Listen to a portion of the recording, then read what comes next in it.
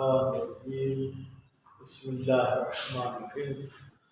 برادران، ہماری گفتگو فعل کے اقسام میں تھی۔ آپ کو یہ بتایا گیا کہ فعل کی ایک لحاظ سے دو قسمیں ہیں، فعل معلوم اور فعل مجہول۔ فعل معلوم کی تعریف بھی میں نے آپ کو بتائی، فعل مجہول کی بھی تعریف آپ کو بتائی، پھر فعل مجہول کی بنانے کا طریقہ بھی آپ کو بتایا۔ البتہ کون سے فعل مجہول کے بنانے کا طریقہ آپ کو بتایا؟ ماضی مجہول۔ آج آپ کو مضارع مجہول بنانے کا طریقہ بتائیں گے، اور ساتھ میں امر مجہول بنانے کا بھی طریقہ بتائیں گے، اور ساتھ میں نون تاکید ثقیلہ اور نون تاکید خفیفہ کا بھی طریقہ بتائیں گے، وہ کس فعل پر داخل ہوتی ہیں یا کس فعل کے ساتھ ملائی جاتی ہیں۔ مضارع مجہول بنانے کا طریقہ بالکل آسان ہے بیٹا۔ کیا؟ دو اور چار فرماتے ہیں مضارع چاہے ثلاثی مجرد کا ہو، چاہے ثلاثی مزید کا ہو، چاہے رباعی مجرد کا ہو، چاہے رباعی مزید کا ہو، علامت مضارع کو ضمہ دیں گے۔ کیا کریں گے بیٹا؟ علامت مضارع کو ضمہ دیں گے، آخر سے پہلے والے حرف کو فتحہ دیں گے اگر فتحہ موجود نہیں ہوگی تو، اگر فتحہ موجود ہے تو اس کو اپنے حال پر باقی رکھ دیں گے۔ مثلا یضربو، بیٹا یضربو میں علامت مضارع کیا ہے؟ یا، اس کو ضمہ دیں گے۔ آخری سے پہلے والے حرف پہ کیا ہے؟ کسرہ، اس کسرے کو ہم فتحہ میں تبدیل کریں گے، با کو اپنی جگہ پہ چھوڑ دیں گے۔ یضربو، یضربان، یضربون، تضربو، تضربان، یضربن، تضربو، تضربان، تضربون، تضربین، تضربان، تضربن، اضربو، نضرب۔ یضربو کا ترجمہ کیا تھا؟ مارتا ہے یا مارے گا وہ ایک مرد۔ اب یضربو کا ترجمہ کیا ہوگا کہ مار کھاتا ہے یا مار کھائے گا وہ ایک مرد۔ مارنے والا کون ہے پتہ نہیں، ٹھیک۔ اچھا، آخری سے ماقبل والے حرف پہ اگر ضمہ ہو فعل مضارع میں تو بھی اس ضمے کو ہم فتحہ میں تبدیل کر دیں گے۔ ین سو رو، بیٹا سواد پر ضمہ ہے، مجہول بناتے وقت آپ یا پہ ضمہ دیں گے، سواد پر ہوتا ہے ین سرو، ٹھیک ہے۔ اور اگر پہلے سے ہی فتحہ موجود ہو وہ فتحہ اپنی جگہ پر باقی رہے گی، جیسے یعلمو، اس کا مجہول بنائیں گے تو یا پر ضمہ دیں گے، ٹھیک ہے، باقی اپنی جگہ پہ برقرار ہوگا۔ یعلمو، بات کلیئر ہوگی؟ بس مضارع مجہول بنانے کا طریقہ حرف مضارع یا علامت مضارع کو ضمہ دیں گے، آخری حرف سے جو پہلے والا حرف ہے۔ ثلاثی مجرد میں تو آخر سے پہلے والا عین الفعل ہے، ٹھیک ہے، لیکن ثلاثی مزید میں اور رباعی مجرد میں آخر سے پہلے والا کوئی اور بھی ہو سکتا ہے، بس آپ یہ قانون ذہن میں رکھیں، آخری سے جو پہلے والا ہوگا اس کو کیا دیں گے؟ فتحہ دیں گے۔ جیسے اکرم یکرم، ٹھیک ہے، جو بھی باب لے لیں، دہرج یدہرج۔ اب یدہرج میں آخری حرف کیا ہے بیٹا؟ جیم۔ جیم سے پہلے والا کیا حرف؟ را۔ اس را کو ہم عین الفعل نہیں کہیں گے بلکہ وہ را لام الفعل اول ہے، کیونکہ رباعی مجرد میں دو لام ہوتے ہیں، کوئی اضافی نہیں۔ رباعی مزید میں دو اصلی لام بھی ہوتے ہیں اور کوئی زائد حرف بھی ہوتا ہے۔ خیر، امر مجہول بنانے کا طریقہ فرماتے ہیں امر چاہے غائب ہو، چاہے حاضر ہو، چاہے متکلم ہو، سب کے مجہول بنانے کا طریقہ ایک ہی ہے۔ فعل مضارع مجہول کی شروع میں لام لگا دیں گے، لام امر، اور آخر کو جزم دے دیں گے، ٹھیک ہے۔ ویسے جب ہم فعل امر معلوم کی گردان کرتے تھے تو لام صرف 8 سیغوں میں داخل ہوتی تھی، 6 غائب کے اور 2 متکلم کے، لیکن اب اس میں حاضر کے سیغوں پہ بھی لام داخل ہوگی۔ مثلا لیضرب، لیضربا، لیضربو، لیتضرب، لیتضربا، لیضربن، لتضرب لتضربا لتضربو لتضربی لتضربا لتضربنا لأضرب لنضرب. تو لام امر جو معلوم میں عمل کر رہی تھی 5 سیغوں کو جذب دے رہی تھی 7 سیغوں سے انہیں اعرابی گرا رہی تھی تو مجہول میں بھی ایسے ہی کریں گے. بات واضح؟ اچھا اگر آپ فعل مضارع یا فعل امر میں تاکید کی معنی کرنا چاہتے ہیں جیسے کسی زمانے میں خطوں کا زمانہ ہوتا تھا خط ایک دوسرے کو لکھتے تھے تو آخر میں لکھتے تھے میرے خط کا جواب ضرور بضرور دینا. اب ضرور پھر بضرور یہ کس پہ دلالت کرتا ہے؟ تاکید پر. یضرب کا ترجمہ پہلے کیا ہے؟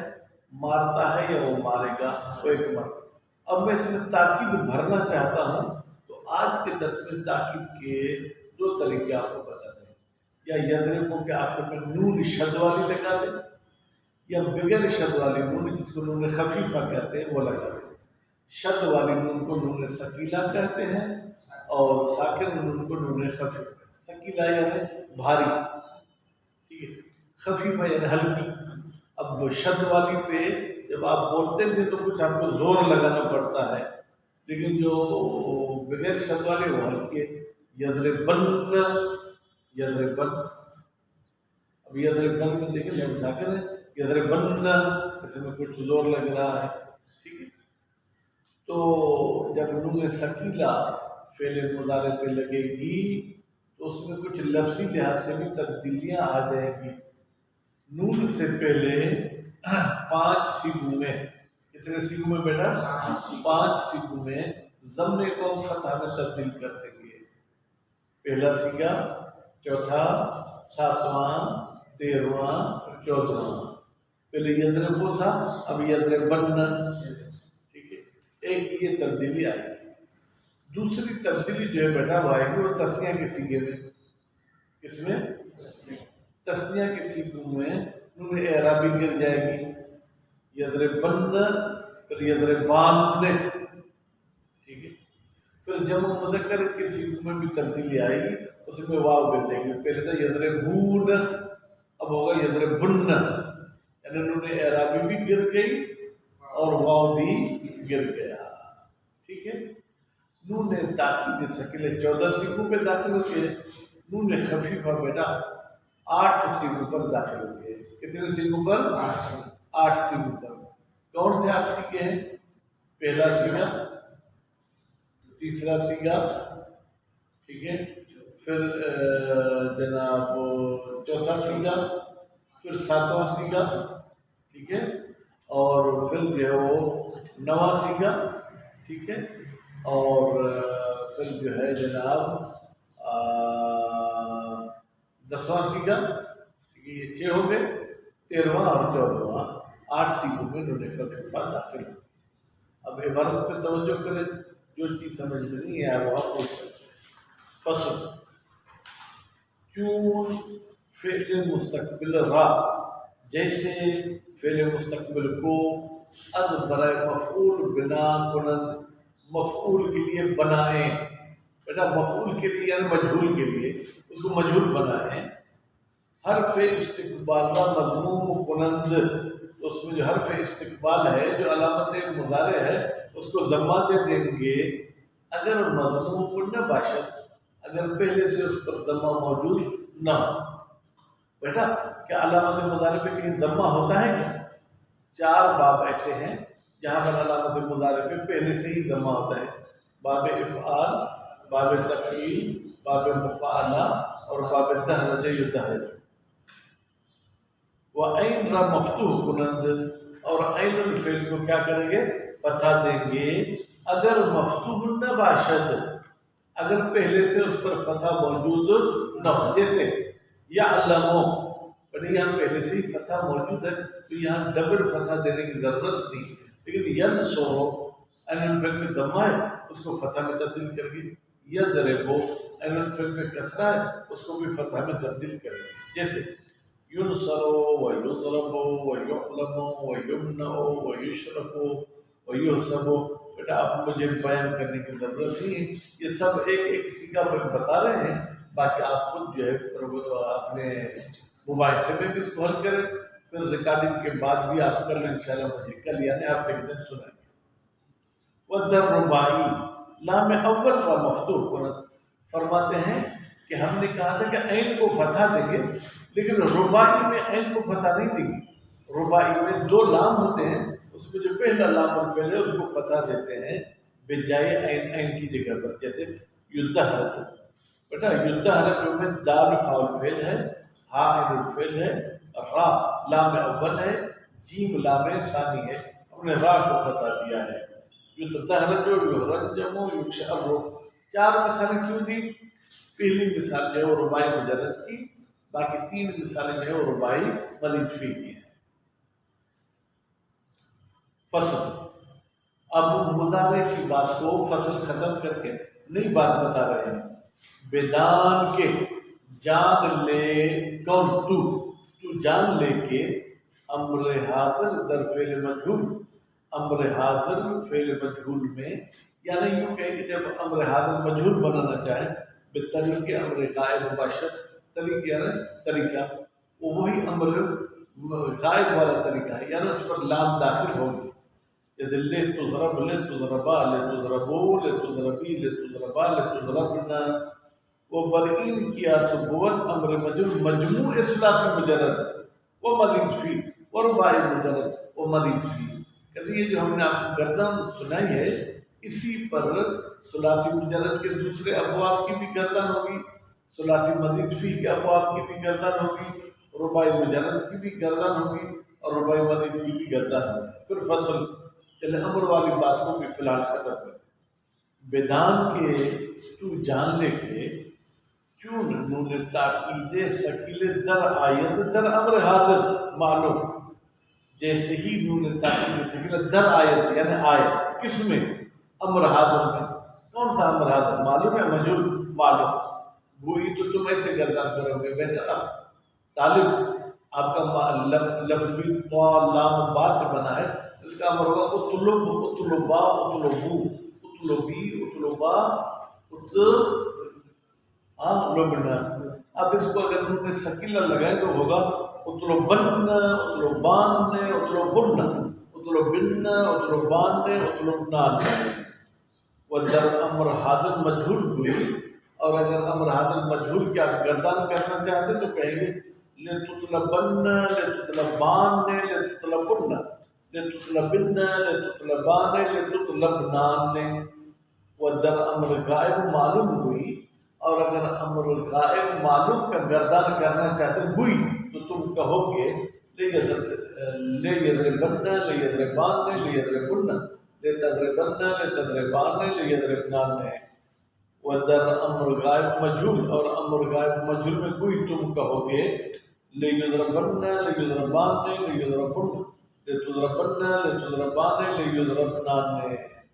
وہ برئین قیاس بود، کہتے اسی قانون کے مطابق ہوگا۔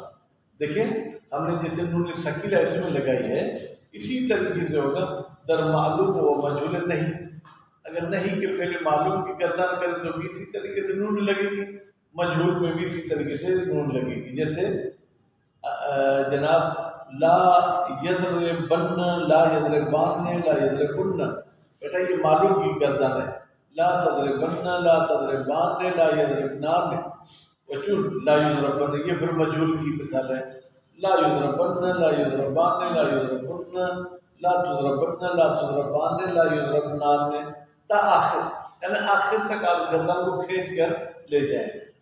بیدان کے، تو جان لے کے، بعد از دخول نون تاکید ثقیلہ، نون تاکید ثقیلہ کے داخل ہونے کے بعد واو در جمع مذکر، جمع مذکر کے صیغے میں جو واو تھا بے افتد وہ گر جائے گا۔ بے افتد کا کیا ترجمہ ہے؟ گر جائے گا۔ کیوں گرے گا؟ زیرا کہ اس لیے کہ التقاء ساکن علی غیر حد ہی لازمیت۔ بیٹا اگر آج یہ لائن آپ سمجھیں تو یوں سمجھیں آج کا دن آپ کا کامیابی والا دن گزرے گا۔ التقاء ساکن علی غیر حد ہی، التقاء یعنی ملنا، ساکنان یعنی دو ساکن، علی یعنی پر، غیر حد ہی، حد پہ مانا قانون، قانون کے خلاف پر ہے، قانون میں بھی دو ساکن مل سکتے ہیں تو وہاں پر ملائیں گے، لیکن قانون جہاں پر ایسا اجازت نہیں دے گا تو وہاں ایک کو گرانا پڑے گا۔ بیٹا اب یہ مسئلہ میں آپ کو اس طریقے سے سمجھاؤں کہ دو ساکن ایک جگہ پر آئے تو دونوں آپ نہیں پڑھ سکتے، ٹھیک ہے، ایک کو گرانا پڑے گا۔ لیکن کچھ ایسی صورتیں ہیں جہاں اگر دو ساکن ہو تو بھی آپ کو پڑھ لیں، ٹھیک ہے، آپ کسی کو گرائیں نہیں۔ جہاں پر پڑھنے کی اجازت ہے اس کا نام رکھا جاتا ہے التقاء ساکنین، یعنی دو ساکن کا ملنا علی حد ہی، قانون کے مطابق۔ جہاں پر دو ساکن کو ملا کے نہیں پڑھ سکتے ہیں وہاں پر کہتے ہیں التقاء ساکنین علی غیر حد ہی، یعنی قانون سے ہٹ کر ہے۔ قانون والے میں غیر کا لفظ نہیں آئے گا، جو خلاف قانون ہوگا اس میں غیر کا لفظ آئے گا۔ اب سورہ حمد پڑھتے ہیں نماز میں، ٹھیک ہے، سورہ حمد کے انتہا پر، افتتاح پر مولوی صاحب بڑا زور لگاتے ہیں، غاد کے بعد کیا ہے؟ الف، الف بھی ساکن ہے۔ پھر جب ایک حرف دوسرے حرف کے اندر ادغام ہوتا ہے، داخل ہوتا ہے، تو پہلا حرف بھی ساکن ہوتا ہے۔ ظالین اصل میں ظالین، دو لام، پہلی لام کو میں نے ساکن کیا، اب الف بھی ساکن ہے، پہلی لام بھی ساکن ہے، تو وہاں پر ہمیں شریعت کہتے ہیں کہ آپ پڑھ سکتے ہیں، کسی کو گرانے کی ضرورت نہیں ہے۔ لیکن جب آپ کہیں یضربون، نون اعرابی تو گر جائے گی، ٹھیک ہے، باقی واو بھی ساکن ہے، نون ثقیلہ میں پہلی نون بھی ساکن ہے، تو واو اور نون دو ساکن مل گئے اور ان کی اجازت بھی نہیں دیتے عرب حضرات، اس لیے ہمیں واو کو گرانا پڑے گا۔ فرماتے ہیں کہ واو گر جائے گا، کیوں؟ زیرا کہ اس لیے کہ التقاء ساکنین، دو ساکن حرف کا ملنا علی غیر حد ہی، غیر قانون کے مطابق لازمی آیت لازم آتا ہے۔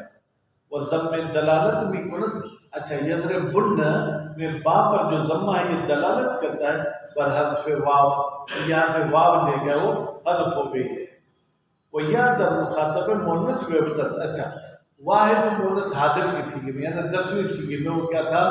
مثال تزرید بین، نون اعرابی تو گر جائے گی نون تاکید لگنے سے، ٹھیک ہے، تو یا بھی ساکن ہے، پھر نون ثقیلہ کی پہلی نون بھی ساکن ہے، تو یا کو گرا دیں گے تو وہ ہو جائے گا تزرید بن۔ اب یہ با پر جو کسرہ ہے یہ دلالت کرتا ہے کہ یہاں سے یا جو وہ حذف ہو گیا ہے۔ وہ یا در مخاطب مونس ویبتت، یا جو ہے واحد مونس کے سیغے میں گر جائے گی، زیرا کہ اس لیے کہ التقاء ساکنین لازم و میایت، وہاں پر بھی بیٹا دو ساکن کا ملنا لازم ہے۔ کون سے دو ساکن؟ ایک یا، ایک نون ثقیلہ میں جو پہلی نون ادغام شدہ ہے اسے دے۔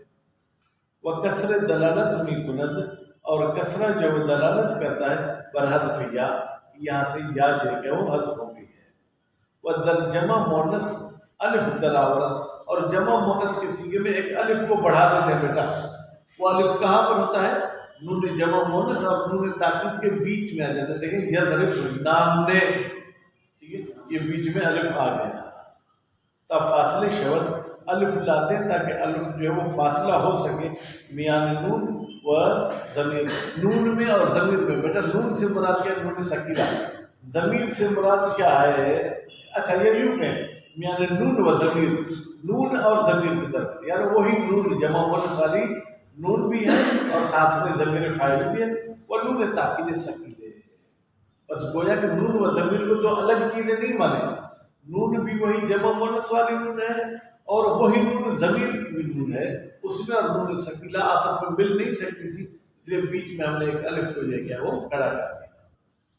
بدان کے تم جان لو بے ہر جا کے نون ثقیلہ درآیت، جہاں جہاں پر بھی نون ثقیلہ آتی ہے، نون خفیف نیز درآیت، وہاں وہاں پر نون خفیفہ بھی آتی ہے، اللہ سوائے 6 سیغوں کے بیٹا، در تسنیہ مذکر و مونس، اچھا 2 تسنیہ مذکر کے سیغے ہیں، 2 تسنیہ مونس کے سیغے، اور 4 سیغوں میں نون خفیفہ نہیں آئے گی، کیونکہ نون خفیفہ بھی ساکن ہے، الف تسنیہ بھی ساکن ہے، 2 ساکن مل جائیں گے وہ پڑھ نہیں پائیں گے۔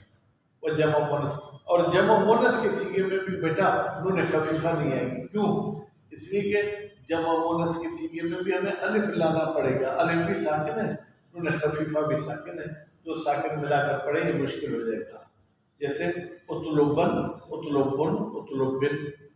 بیٹا بس 3 سیغے. اگر میں آپ کو کہوں کہ امر حاضر کی گردان کریں نون خفیفہ کے ساتھ، اطلبن واحد مذکر حاضر، اطلبن جمع مذکر حاضر، اطلبن واحد مؤنث حاضر، باقی اور کوئی گردان نہیں ہوگی. ولا تطلبن، ٹھیک ہے، لا تطلبن، لا تطلبن یہ نہیں کی مثال ہے. صلی اللہ علیہ وسلم.